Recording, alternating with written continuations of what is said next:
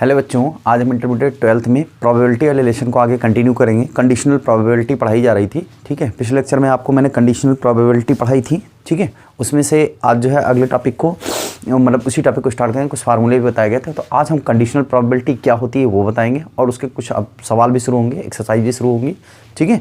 तो सबसे पहले हम कुछ एग्जाम्पल लेते हैं, फिर से एग्जाम्पल लेके ही शुरुआत करेंगे, फिर आपको आगे पढ़ाया जाएगा, ठीक है। चलिए एग्जाम्पल लेते हैं। देखिए एग्जाम्पल है आपका एग्जाम्पल, ठीक है।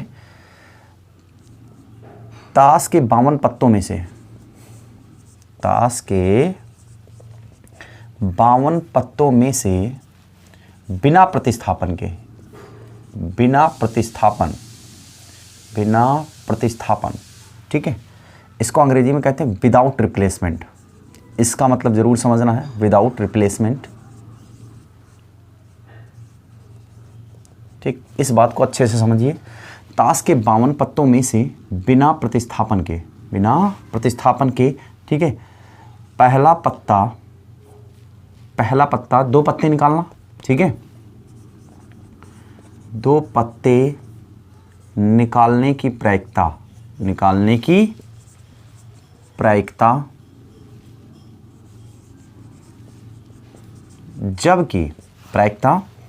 जबकि पहला पत्ता इक्का हो, या पहला पत्ता ऐसे कह सकते, पहला पत्ता किंग हो मतलब राजा हो, व दूसरा इक्का हो, दूसरा क्या हो, इक्का हो। इसी क्वेश्चन को दूसरी तरह समझ लेते हैं। 2 तरीके समझते हैं। इस वाले में एग्जांपल में समझते हैं। सेम क्वेश्चन, यहाँ पे ए लिखा विदाउट रिप्लेसमेंट, यहाँ पर लिखें यही घटना घटित होती है लेकिन विद रिप्लेसमेंट जब घटित होती है। किसके साथ? With replacement. इस वर्ड पे ध्यान देना, प्रतिस्थापन के साथ। सवाल वही है, प्रतिस्थापन के साथ। चलिए देखिए, एक ही घटना घटित होती है लेकिन अब की घटना जो घटित है, देखो इस क्वेश्चन को पढ़ लेते हैं। ताश के 52 पत्तों में से, ठीक है, बिना प्रतिस्थापन मतलब बिना प्रतिस्थापन, विदाउट रिप्लेसमेंट। विदाउट रिप्लेसमेंट का मतलब पत्ता निकाला गया, पुनः गड्डी में नहीं रखा गया, उसको अलग कर दिया गया। विद रिप्लेसमेंट का मतलब क्या हुआ कि जो है ताश का पत्ता निकाला गया और देखा गया, फिर से उसमें रख दिया गया। ये होता है। इस वर्ड, दोनों वर्ड में थोड़ा सा जो अंतर है इसको समझिए, तभी सवाल लगेंगे, ठीक है। विदाउट रिप्लेसमेंट का मतलब ये हुआ कि पत्ता निकाला गया और रख दिया गया, ठीक है, अलग रख दिया गया, गड्डी में दोबारा नहीं डाला गया, फिर अगला पत्ता निकाला गया। और विद रिप्लेसमेंट का मतलब ये हुआ कि पत्ता निकाला गया, देखा गया, फिर ना निकाला गया, फिर तब दूसरी वाली घटना घटित हुई, ठीक है। क्लियर हुआ? टॉपिक क्लियर हुआ? जैसे मान लो एक डिब्बे में 5 गेंदें हैं, एक डिब्बे में 5 गेंदें हैं, लाल, काली, नीली, पीली, ठीक है, ऐसे 5 गेंदें हैं। अब उससे एक गेंद निकाली गई और देखी गई, ठीक है, एक गेंद निकाली गई, देखी गई, लाल है, उसको अलग रख दिया गया। तो जब अलग रख दिया गया तो इसको कहते हैं विदाउट रिप्लेसमेंट। क्या कहते हैं? Without replacement. और जब देखा गया और फिर उसे डिब्बे में डाल दिया गया तो इसको कहते हैं विद रिप्लेसमेंट। इस बात का ध्यान रखना। अब शुरू करते हैं क्वेश्चन। चलिए देखिए क्या लिखा है। ताश के 52 पत्तों में से बिना प्रतिस्थापन के, बिना प्रतिस्थापन का मतलब बाहर निकाला गया तो हटा दिया गया, ठीक है। तो देखो पहली घटना क्या हो जाएगी, देखो पहले कुल पत्ते कितने हैं, कुल पत्ते हैं 52, है ना। तो अब देखो इवन घटना कौन सी है, इवन सच दैट पहली घटना है, पहली इवेंट्स कौन सी है, ठीक है। पत्ता काहे का होना, पहला राजा, पहला क्या है, राजा। इस वर्ड को ध्यान से देखना, इस वाले वर्ड पे अभी जो मैंने समझाया है, ठीक है, ये वही है, पहला राजा निकालना है। तो पत्ता किसका होगा, राजा होना, है ना। अब जरा इसकी प्रोबेबिलिटी, मतलब राजा निकलने की प्रोबेबिलिटी क्या होगी। आपको प्रोबेबिलिटी जनरल फार्मूला क्या पढ़ाया गया कि favourable condition upon total condition. तो टोटल 52 पत्ते हैं, उसमें से कितने राजा होते हैं, 4 राजा होते हैं, मैंने आपको बताया था, ठीक है। 4 राजा होते हैं, 4 में से एक चुनना, 4 में से एक चुनना। तो उसको चाहे 4C1 कर लीजिए, 4 में से एक चुनना, तो इसको आप ऐसे लिख सकते हैं 4C1 अपॉन, ठीक है। अब कितने पत्तों में से चुनना है, टोटल 52 पत्तों में से कितने से चुनना है, 52। तो इसको टोटल 4/52 कह लेते हैं, चाहे C1 लिखो या ऐसे 4 लिख लो, ठीक है। फेवरेबल कंडीशन आपके पास 4, total condition 52, favourable condition upon 52, ये हो गया 4/52, ठीक है। तो आप इसको चाहो तो सॉल्व भी कर सकते हैं, ठीक है। आपको एक ही पत्ता राजा निकालना था, तो 4 राजा होते हैं, 4 में से कोई एक राजा निकाल सकते हैं, ये हो गया आपका। अब देखो E2 घटना कौन सी है, ठीक है। E2 घटना पे ध्यान देना। पहला पत्ता, देखो दूसरा पत्ता किसका होना, दूसरा पत्ता इक्का होना, इक्का होना, परंतु पहला पत्ता निकाला जा चुका है, पहला पत्ता निकाला जा चुका है, निकाला जा चुका हो, इस बात की प्रोबेबिलिटी क्या होगी? देखो Pe2 की जो प्रोबेबिलिटी होगी वो क्या हो जाएगी भाई? देखो दूसरा पत्ता इक्का हो तो अभी भी जो पत्ता निकला है वो राजा है, मतलब चारों इक्के अभी भी गड्डी में पड़े हैं, मतलब फेवरेबल कंडीशन आपके पास कितने हैं? 4। फेवरेबल कंडीशन कितने हैं? 4, ठीक है। और कुल पत्तों की संख्या कितनी है? विदाउट रिप्लेसमेंट, मतलब पत्ता बाहर निकाल के रख दिया, टोटल 52 में से एक क्या हुआ? घट गया, ठीक है। यहां पर 52 में से एक क्या हो गया? घट गया भाई, समझ में आया कि नहीं यार? टोटल कंडीशन में से मतलब एक पत्ता कम पड़ गया, मतलब अब आप 51 में से ही 4 पत्ते को निकालेंगे, तो ये हो गया आपका, ठीक है। समझ में आया कि नहीं है? अब मैं दोनों घटनाएं एक साथ घटित होना, दोनों घटनाओं के एक साथ घटित होने की प्रोबेबिलिटी निकालूंगा, तो Pe1 इंटरसेक्शन जब E2 निकालूंगा तो आपको क्या करना पड़ेगा? पहली घटना की प्रोबेबिलिटी मतलब Pe1 है ना, और दूसरी घटना की प्रोबेबिलिटी। अब जरा देखो एक चीज, यहां पर एक Pe2 नहीं लिखते हैं, आप इसको रिप्रेजेंट करेंगे कि E2 घटना का घटित होना जबकि E1 घटना घटित हो चुकी है, ऐसे रिप्रेजेंट करते हैं, ठीक है। देखो probability of E2 when E1 occurrence, E1 पहले हो चुकी है, occurrence of E2 when E1 is already awkward, ठीक है।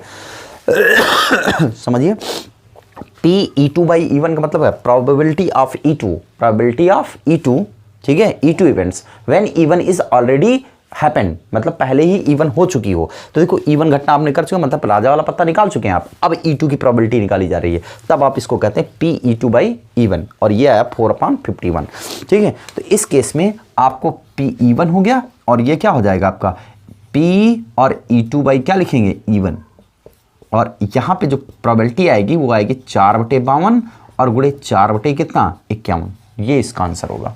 क्लियर है, ठीक। अब जब विद रिप्लेसमेंट है, इस वाले टॉपिक में आ जाते हैं, विद रिप्लेसमेंट की बात करते हैं, मतलब रिप्लेसमेंट के साथ की बात करते हैं।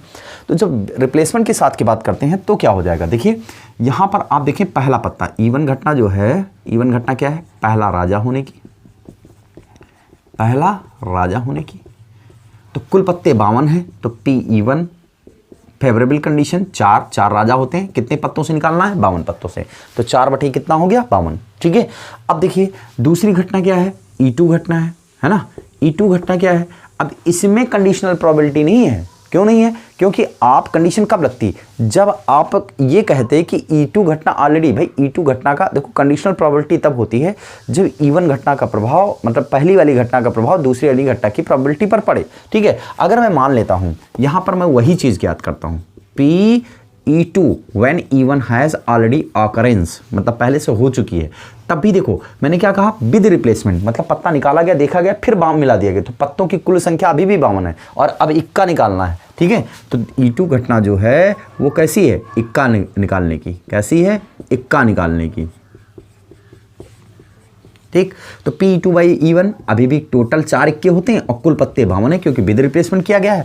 तो अब अगर मैं Pe1 इंटरसेक्शन E2 निकालूं तो फार्मूला तो वही, मतलब वही है, लेकिन अब इस देखो E2 घटना के घटित होने का प्रभाव E1 से E2 घटना की प्रोबेबिलिटी पर जो है E1 घटना को कोई प्रभाव नहीं पड़ा।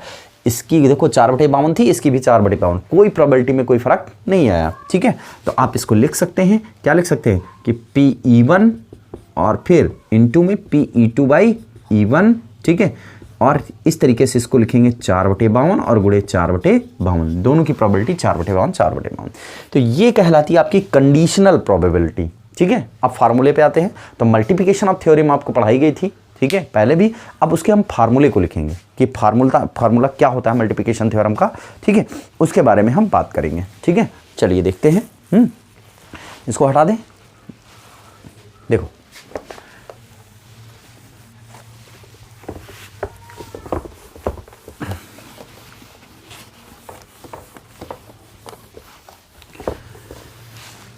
चलिए आगे देखते हैं। मल्टीप्लिकेशन ऑफ थ्योरम जो है, मल्टीप्लिकेशन ऑफ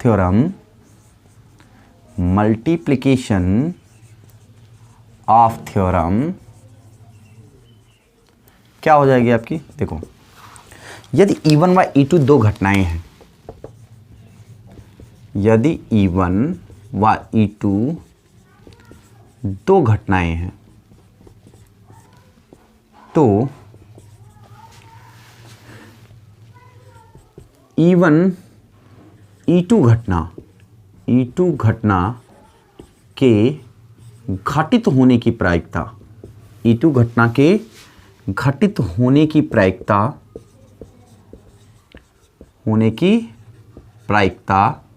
जबकि E1 घटना घटित हो चुकी हो,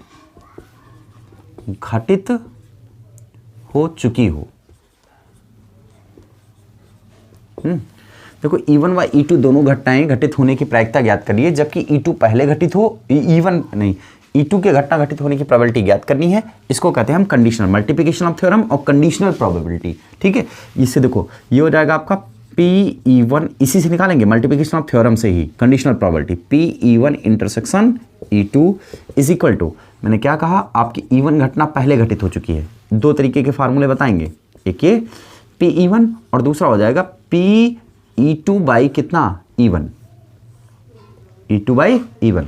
यहां से आप देखो, अगर मैं यहां से निकालना चाहूं तो PE2 बाई E1, देखो ये तो कहा मैंने E2 घटना घटित होने, ये मल्टीप्लिकेशन ऑफ थ्योरम है, ये आपकी मल्टीप्लिकेशन ऑफ थ्योरम है। ठीक है, लेकिन अगर मैं अब कंडीशनल प्रॉपर्टी, तो ये कंडीशनल प्रोबेबिलिटी है, तो E2 घटना के घटित होने की प्रायिकता जबकि E1 ऑलरेडी घटित हो चुकी है, तो ये हो जाएगी आपके बराबर में PE1 इंटरसेक्शन E2 और बटे में PE1। ये सूत्र हो गया आपका, समझ में आया कि नहीं आया है? तो ये हो गया आपका सूत्र पहला। ठीक, अब दूसरे की बात करें, अगर दूसरे की बात करें तो दूसरा क्या हो जाएगा, उस पर ध्यान दो। यदि E1 व E2 घटना, मतलब यदि इसमें देखो, इसमें E1 घटना पहले घटित है, अगर ये कह दिया जाए कि E2 घटना पहले घटित हुई तो E1 की प्रोबेबिलिटी ज्ञात करो। देखो E2 घटना के घटित होने की प्रायिकता,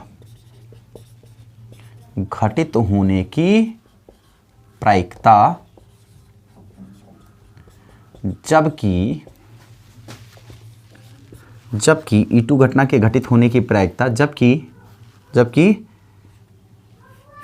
E2 घटना तो हो चुका ना, E1 घटना के घटित होने की प्रायिकता, E2 तो हो गई ना, E2 घटना की प्रायिकता, E2 घटना की घटित होने की प्रायिकता जबकि E2 पहले हो चुकी हो, E2 पहले हो चुकी हो। तो समझो, अब की पूछा गया PE1, probability of E1 when E2 is already happen, है ना, मतलब E1 की प्रोबेबिलिटी ज्ञात कर, यहाँ पर E2 की प्रोबेबिलिटी ज्ञात, तब ये आपका वही रहेगा PE1 इंटरसेक्शन E2 है, और अपॉन में ये हो जाएगा आपका PE2, ये फार्मूला। ठीक है, समझ में आ नहीं है? तो ये दो फार्मूले थे, इनको नोट कर लीजिए, फिर अब एक्सरसाइज स्टार्ट होंगी। ठीक है,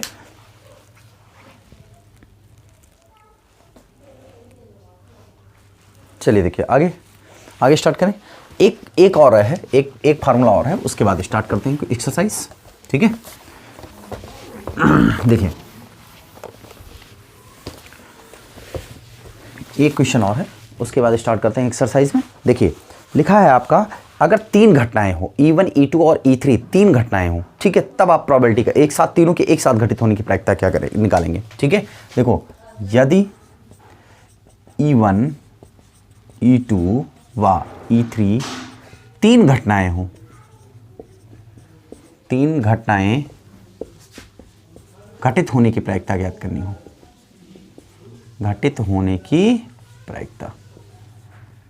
अब देखो, ठीक, कहने का मतलब यह है कि PE1 intersection E2 intersection E3 ये ज्ञात करना है। तो देखो सिंपल से है, PE1 मतलब प्रोबेबिलिटी आप पहले घटना की घटित होने की प्रायिकता, और दूसरा PE2 बाई E1, है ना, E2 बाई E1 मतलब E2 के घटित होने की प्रायिकता जबकि E1 पहले हो चुकी हो, और फिर इनटू मल्टीप्लिकेशन ही लगाएंगे, PE3 घटना घटित होने की प्रायिकता जबकि पहले E1 और E2 दोनों घटित हो चुकी हो। समझ आया कि नहीं है?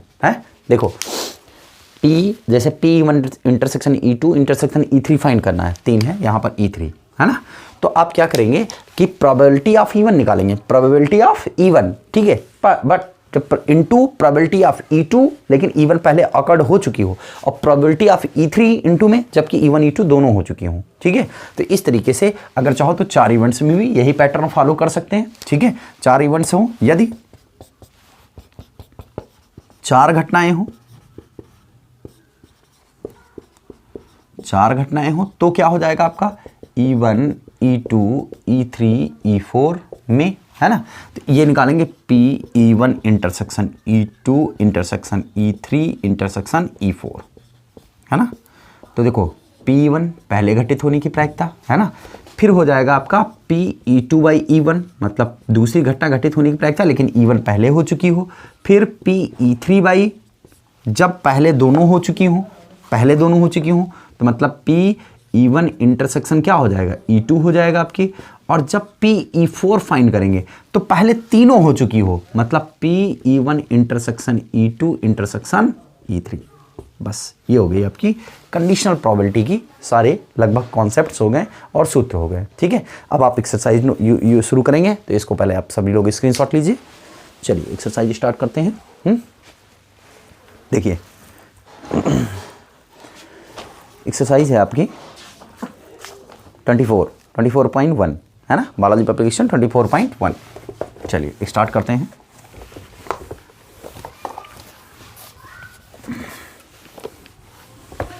बालाजी पब्लिकेशन 24.1 एक्सरसाइज स्टार्ट करेंगे आज हम। ठीक है, देखो एक्सरसाइज 24.1 लेक्चर नंबर 1 है। ठीक है, नहीं लेक्चर नंबर 3 है, 3 या 4 है। ठीक है, लेक्चर नंबर नहीं डालेंगे। देखिए 24 ये हो गया आपका 24.1। पहला क्वेश्चन दिया गया है, सबसे पहला PA = 7/13 दिया गया है। प्रोबेबिलिटी ऑफ एक घटना है PA और उसको कहा मैंने 7/13। ठीक है, और दूसरी प्रोबेबिलिटी PB दी गई है, दूसरी एक इवेंट है PB जिसकी प्रोबेबिलिटी दी गई है 9/13। PA इंटरसेक्शन B है आपके पास। ठीक है, PA इंटरसेक्शन B आपको फाइंड करना। PA इंटरसेक्शन B दिया गया 4/13, 4/13। आपको फाइंड करना PA बाई B, ये आपको फाइंड करना PA बाई B। यस, ठीक है। तो आप जब PA बाई B ज्ञात करना चाहते हैं तो देखो आपको अभी अभी मैंने कंडीशनल प्रोबेबिलिटी का फार्मूला बताया। तो PA बाई B का फार्मूला क्या बनेगा, देखो पहले तो ऊपर PA इंटरसेक्शन B, मतलब A और B दोनों घटित होने की प्रायिकता, जबकि B ऑलरेडी पहले घट चुकी हो। तो PA बाई B का मतलब P इंटरसेक्शन B बटे में जो B PB, ये हो गया आपका। तो देखो A इंटरसेक्शन B कैसे निकालेंगे पहले ये सोचिए। ठीक है, एक मैंने आपको थ्योरम पढ़ाई है। ठीक है, थ्योरम क्या है आपके पास, चूंकि P आपको इंटरसेक्शन चाहिए, नहीं इंटरसेक्शन तो दिया गया है, सब तो दिया गया है। ठीक है, तो यहाँ पर देखो PA इंटरसेक्शन B का 4 कितना हो जाएगा 13, और PB का है 9 कितना 13। 13 से 13 कैंसिल, सीधे सीधे 4/9 आंसर। ठीक है, कितना हो जाएगा 4/9 आंसर। ठीक, अब इसके बाद देखते हैं 4/9। अब अगला सवाल है, ये नोट कर लीजिए, स्क्रीनशॉट ले लीजिए सभी लोग। ठीक है, क्वेश्चन नंबर 2 स्टार्ट करते हैं।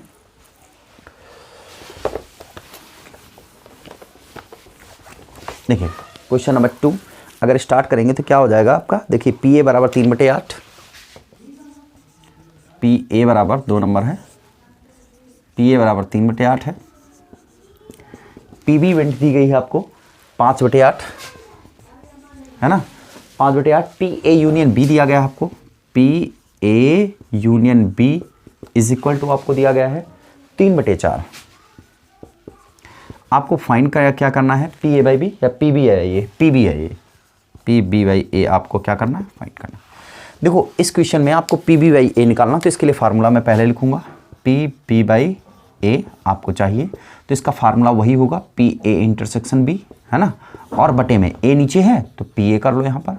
अब देखो इंटरसेक्शन नहीं पता है, यूनियन पता है आपको, तो एक फार्मूला आपको और बताया गया है। ठीक है, देखो P ऐसे रख लेते हैं, है ना, PA intersection B is equal to PA, ये आपका सेट थ्योरी का फार्मूला है, PA प्लस PB माइनस का PA यूनियन B। सबकी वैल्यू रख लो यहाँ पर। PA का मान है आपके पास 3/8 और प्लस PB का मान है 5/8 और माइनस PA यूनियन B का मान है 3/4। 8 हो गया LCM तो 3 + 5 माइनस 4 दूनी 8 3 दूनी 6 है ना, 4 दूनी 8 3 दूनी 6, 5 3 8 2/8 दैट मीन्स 1/4। यह है आपका ए इंटरसेक्शन बी 1/4। यहाँ पे मान रख लो 1/4 और पी ए कितना है 3/8, भिन्न पलट जाएगी तो ये हो जाएगा आपका 8 भाई ये ऊपर चला गया तो 8/3 × 4 मतलब 12, तो 4 दूनी 8 4 3 12, ठीक, मतलब पी बी बाई ए आएगा 2/3 इसका आंसर। ठीक है, प्रोबेबिलिटी जो है 2/3 इसकी आएगी। और एक चीज़ याद रखना कि प्रोबेबिलिटी कभी भी 1 से बड़ी नहीं हो सकती है, याद रखना 1 तक होती है प्रोबेबिलिटी, कभी भी 1 से। नोट करना इस पॉइंट को कि प्रोबेबिलिटी कभी भी 1 से बड़ी नहीं हो सकती है। ठीक है, प्रोबेबिलिटी किसी भी इवेंट्स की नेवर बी ग्रेटर देन 1 है ना, कभी भी जो है 1 से बड़ी नहीं हो सकती है, गलत है, हमेशा 1 से क्या होगी छोटी, मतलब प्रोबेबिलिटी ऑफ एक इवेंट जो है वो लेस देन 1 होगी, कभी भी बड़ी नहीं हो सकती है। क्लियर है, ठीक, तो ये आप स्क्रीनशॉट लीजिए। सवाल नंबर 3 पे आते हैं। 3 आप लगा सकते हैं, 3 लगाइएगा। 4 नंबर मैं बताता हूँ, 3 नंबर लगाइएगा, 4 नंबर देखिए। चलिए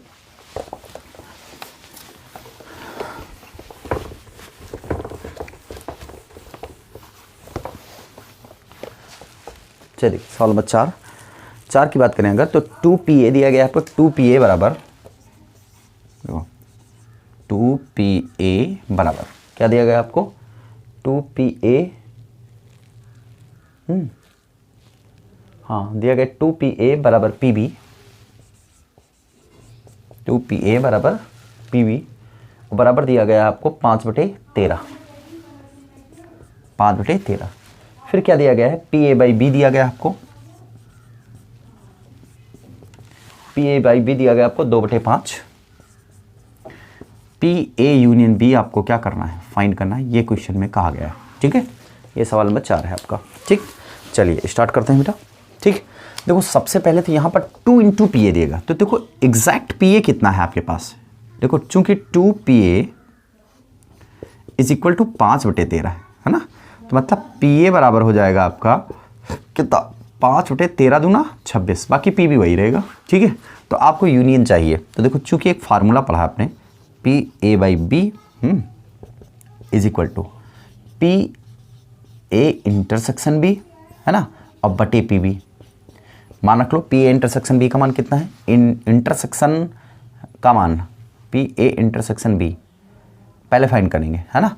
देखो PA/B का मान दिया गया है, PA/B का मान 2 कितना है 3, यहाँ से A इंटरसेक्शन B पहले निकालो, PA इंटरसेक्शन B और बटे PB का मान कितना है PB 5/13, 5/13 क्रॉस मल्टीप्लाई करेंगे तो PA इंटरसेक्शन B जो है वो सीधे 2/3 × 5/13 आ जाएगा है ना, समझ आया कि नहीं है।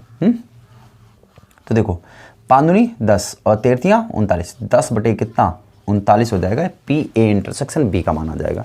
ठीक है, 10 कितना आ जाएगा 39। ठीक, यहाँ से आप हल करेंगे PA इंटरसेक्शन B का मान आ जाएगा 10/39। तो अगर हम इसको कैंसिल करेंगे, एक मिनट को, देखो 2/5 है यहाँ पे, 2/3 नहीं 2/5 है शायद, PA/B का मान है 2/5 है, ये गलत लग गया है, यहाँ पे 2/5 है। तो यहाँ पर 2/5 करेंगे, सिंपल से यहाँ भी 2 आपका क्या हो जाएगा 5, तो 5 से 5 कैंसिल और सीधे से आ जाएगा 2/13। क्लियर है, कितना आ जाएगा PA/B का 2/13। एक आपको थ्योरम पढ़ाई गई A यूनियन B = क्या होता है, PA होता है प्लस PB होता है और माइनस का PA इंटरसेक्शन B होता है, थ्योरम है। तो PA यूनियन B ही आपको ज्ञात करना है ना, ये देखो ये ज्ञात करना है। तो PA का मान कितना है आपके पास, देखें PA का मान है आपका, ये देखो निकाल पे 5/26 प्लस PB का मान है 5/13 और माइनस इसका निकाला 2/13। अगर मैं 26 एलसीएम लेता हूँ तो ये हो जाएगा 5 प्लस का 10 हो जाएगा और माइनस का 13 दूना 26 4 हो जाएगा है ना, 13 दूना 26 2 4। ठीक, 10 5 15 में से 4 गया, बचा आपका 11 कितना 26, ये आएगा आंसर इसका। ठीक है, समझ आया सबको 4 नंबर तक का सवाल। सवाल नंबर हो गया 4, क्लियर है। अब आ जाते हैं सवाल नंबर 5 में। सवाल नंबर 5, चलिए स्टार्ट करते हैं। 5 नंबर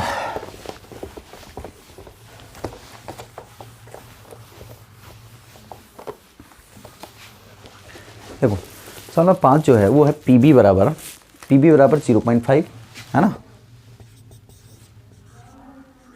पी बी बराबर 0.5 है।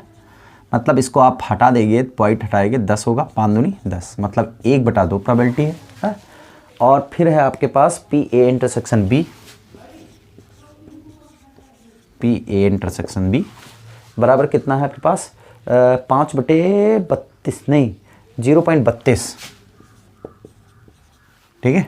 इसको पॉइंट्स में लिखा रहने दो 0.5, ठीक, 0.32।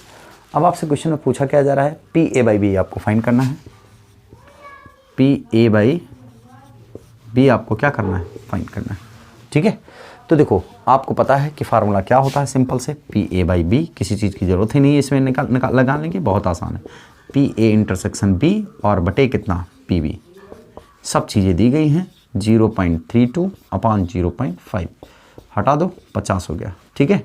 2 16 2 25, 16/25 आंसर, ठीक है। तो ये था 5 नंबर, क्लियर है। ये था 5 नंबर आपका 16/25। देखो 6 नंबर सवाल आपका ऐसे ही है, सब लग जाएगा 6 बटे पी ए दिया गया, पी बी दिया गया, पी ए यूनियन बी दिया गया है। तो आप पी ए यूनियन बी के लिए इंटरसेक्शन के लिए आप फार्मूला लगा लीजिए, ये वाला पी ए इंटरसेक्शन बी है बराबर क्या लगाएंगे, पी ए और प्लस पी बी, और फिर इसके बाद क्या हो जाएगा आपका माइनस का पी ए यूनियन पी। ये फार्मूला लगा कि इंटरसेक्शन याद कर लो, बस सारे पार्ट लग जाएंगे, ठीक है। 6 नंबर हो जाएगा आपका क्लियर। 6 के बाद आपका ठीक 6 नंबर तक के सवाल आपके हो जाएंगे। अब सवाल नंबर 7 देखते हैं, है ना, सवाल नंबर 7 चलिए देखते हैं।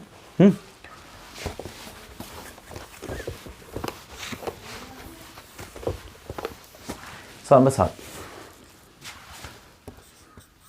सवाल में क्या लिखा है, लिखा है एक पासे की फेंक में परिणाम की विषम संख्या और उसके अभाज्य होने की प्रायिकता ज्ञात कीजिए, ठीक है। देखो एक पासे की फेंक में परिणाम के विषम संख्या उसके अभाज्य होने की प्रायिकता, पहले विषम संख्या फिर अभाज्य होने की प्रायिकता, है ना। तो देखो देखो s बराबर 1 हो गया, 2 हो गया, 3 हो गया, 4 हो गया, 5 हो गया, 6 हो गया। पासा एक बार फेंका गया तो सैंपल स्पेस कितने 6, एक पासे को फेंकने पर कुल जो आउटकम्स आते हैं वो कितने आते हैं 6, तो टोटल आउटकम्स कितने होंगे 6। 2 घटनाएं हैं, ठीक है। एक पासे की फेंक पर संख्या विषम आना, संख्या विषम आए और अभाज्य आए, इसकी प्रायिकता ज्ञात करना। तो इवन घटना क्या हो गई आपकी, इवन घटना हो गई पासे पर विषम संख्या आना, पासे पर कैसी संख्या आना, विषम संख्या का आना, ये तो कह रहा है संख्या का आना, ये इवन घटना हो गई, ठीक। और इसी घटना की प्रोबेबिलिटी आपको क्या करनी है, फाइंड करनी है ना। समझ में आया कि नहीं है। अब देखो विषम संख्या, तो विषम संख्या इवन कौन कौन सी हो जाएगी वो निकालो। विषम संख्या 1 3 और 5 हो गई, इवन कितनी हो गई 1 3 5। तो जरा प्रोबेबिलिटी ऑफ इवन कितनी हो गई, ये देखो 3 फेवरेबल कंडीशन, इसी में से 3 चुनने और टोटल कितना 6, 3/6 दैट मीन्स 1/2, ये हो गया आपका। E2 घटना क्या है, पासे पर अभाज्य आना, पासे पर अभाज्य संख्या आना, कौन सी अभाज्य संख्या का आना, ये दूसरी घटना है, ठीक है। इसी E2 की प्रोबेबिलिटी ज्ञात करने के लिए क्या आ गया है, ठीक है। तो दूसरे अभाज्य संख्या कौन कौन सी होगी इसमें, देखो एक अभाज्य संख्या नहीं होती है, याद रखिएगा, 2 3 और 5 ये अभाज्य संख्याएं हैं, ये कौन सी है अभाज्य संख्याएं, ठीक।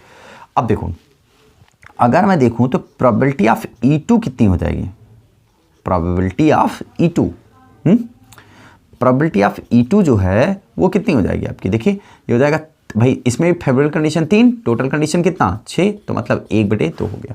अब दोनों इवन इंटरसेक्शन E2 कितना हो जाएगा ये निकालो, इवन इंटरसेक्शन कितना निकालेंगे E2, इवन इंटरसेक्शन E2, देखो दोनों में कॉमन कौन सा नंबर है 1 3, 3 कॉमन है ना, 3 और 5, 3 और 5, 3 और 5। अब ये इवन इंटरसेक्शन E2 की प्रोबेबिलिटी क्या निकलेगी, P इवन इंटरसेक्शन E2 की प्रोबेबिलिटी, देखो फेवरेबल कंडीशन 2 और टोटल सैंपल स्पेस कितना 6, 2 कम 2 1/3, टोटल 1/3। अब सवाल में एक आ जा रहा है कि E2 के घटना घटित होने की प्रायिकता जबकि इवन पहले घटित हो चुकी हो, मतलब P2 बाई इवन। आपको फाइंड क्या करना, probability of E2 when even is already awkward, ठीक है। तो इसका फार्मूला क्या बनेगा, P इवन इंटरसेक्शन E2 और बटे में क्या लिखा इवन, तो P इवन हो जाएगा, है ना। तो E1 इंटरसेक्शन E2 की वैल्यू कितनी है 1/3, कितना है आपके पास 1/3, और PE1 की वैल्यू कितनी है PE1 1/2, भिन्न पड़ जाएगी तो सीधे सीधे 2/3 इसका क्या हो जाएगा आंसर हो जाएगा। समझ में आया कि नहीं है? ठीक है, ये सवाल का आंसर हो गया। चलिए, तो आप यहाँ तक के सवाल आप लगाइए, ठीक है। अब आगे के सवाल आपको नेक्स्ट लेक्चर में फिर मिलेंगे। ओके।